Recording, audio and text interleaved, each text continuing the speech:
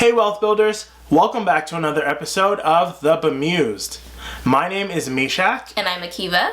And on this channel, we talk about all things personal finance for young adults just like you and us. So if you're into that kind of thing, come on and join the Wealth Builders squad by hitting that big red subscribe button. And while you're at it, click the notification bell so you never miss when we post new fun content just like this video right here.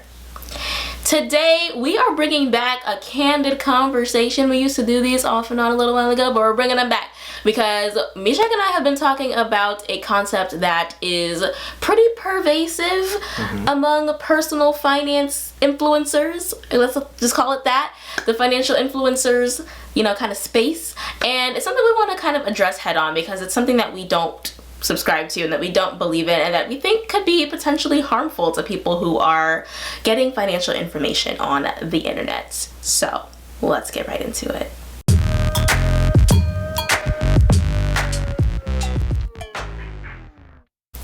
If I can do it, you can do it. I'm sure all of you have heard this statement before. We've certainly heard it from many people across the personal finance space, whether it's reading a story of somebody who was able to pay off like an impressive amount of debt in like a ridiculous amount of time, or they were able to start and scale a business, or they were able to become a millionaire. Whatever the scenario is, sometimes it's really prefaced by that statement of like, if I can do it, you can do it too.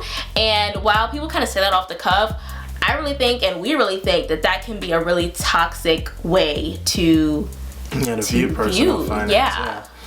I think that life is not one size fits all. We all have different situations that we're dealing with. We all have different upbringings, and we know that those upbringings are going to impact, sometimes our financial future. If maybe you see that your parents weren't the best with handling money, you might know that there's something wrong or that you don't want to live that way when you get older. But sometimes just from watching that repeatedly, you might, just fall into the same traps. So that, I would say, is the first example why, this, if you can do it, I can mentality is really not a positive one, because we all, like I said, we're different. Yeah, and I think it really transcends even beyond just the interpersonal family dynamic stuff to systemic issues. And this is really a core thing that we implement into not just our brand and our belief system, but also into the programs that we offer, including Money 180. And it's part of the reason why a lot of our students love the program. They always say all the time, I didn't expect to walk into a personal finance course or program and learn about systemic racism, learning about capitalism and socialism and these different structures, these systemic things that also contribute a large amount to the reason why we all start from different starting points in life. We all have a certain degree of privilege, and that's probably a trigger word for a lot of people, but we all have a certain degree of privilege in whatever way that manifests for you. We're all starting at different points in life because of these bigger, larger macro systemic factors that I mentioned before. And so I think it's just a little bit reckless and careless to say, well, because I did it, without necessarily acknowledging all of the advantages that you may have had that got you there, and basically tell someone, well, you have no excuse. In a sense, sometimes they do have a legitimate excuse, that systemic issues that they have no control over, and they're starting from a different starting point than others. So that is really one thing that sticks out in my head too, as to what makes this such a toxic culture, and that people really find themselves coming to personal finance feeling embarrassed or, indignified. And that's not the way that you want to feel when you're trying to better your situation, you're trying to level up, you're trying to learn more about money, and it's really disempowering, in my opinion, for a lot of people. And so I think the more that we can move away from that language and realize that everybody is on their own journey, personal finance is just that, personal, and the more that we as influencers and educators, financial educators, can know that and embrace that and incorporate that into the messages that we're putting out there into the world, I think the better it will be for our communities, the better impact, the more impact we'll be able to have as educators and influencers. And that's truly the reason why the Bemused really exists.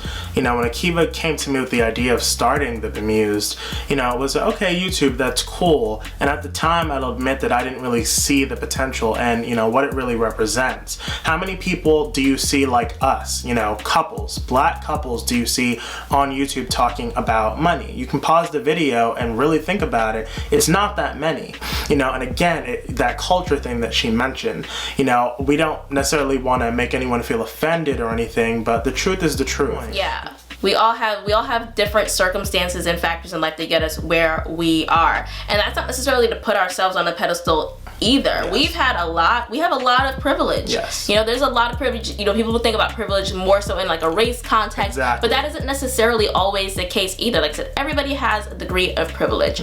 We are able-bodied. That is a privilege.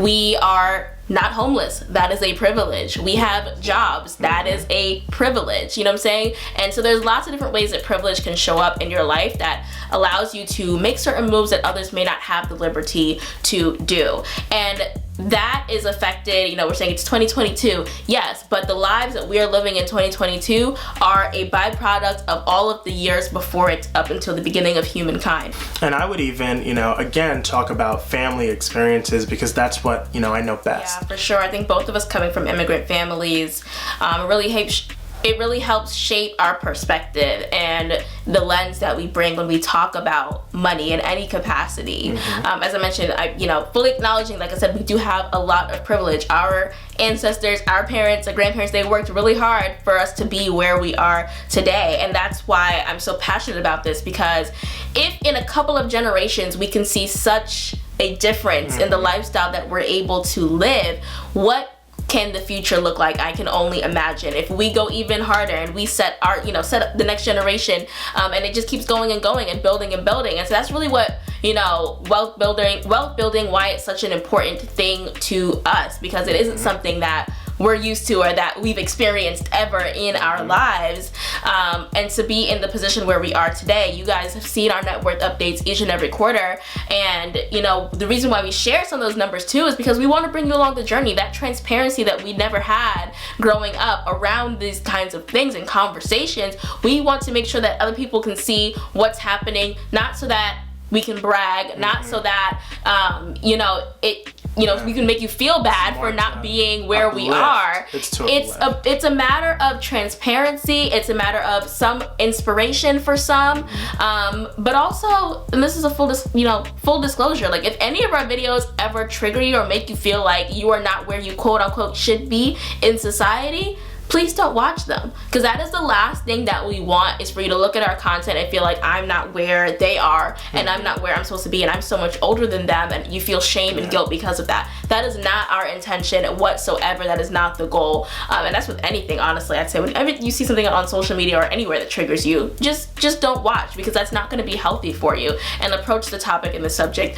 if and when you are ready. But that is also not the goal that we try to to put off on this channel. It is really we're here to be a resource. I feel like we have been blessed. We are in a position where we know a lot more than other people who are I would say even parents, people at our age. And I think it is just selfish for us to hold on to that knowledge, and that is why we share what we do here. So anything that we learn, we are sharing with others so that they can also learn and level up as well. And that's really what it's all about at the end of the day. You know, if this conversation has been insightful for you, or if it's sparked some interest, definitely let's keep this conversation going in the comments. Be kind. We're not here for the whataboutisms and whatever. We ain't here for all the isms, okay? But continue a respectful discussion down in the comments. Of course, you all know we love engaging with y'all and responding to as many comments as we possibly can. So thank you so much for watching. We really appreciate it. Don't forget to subscribe and hit the notification bell so you never miss when we post new content just like this. And we'll see you in the next one. Bye.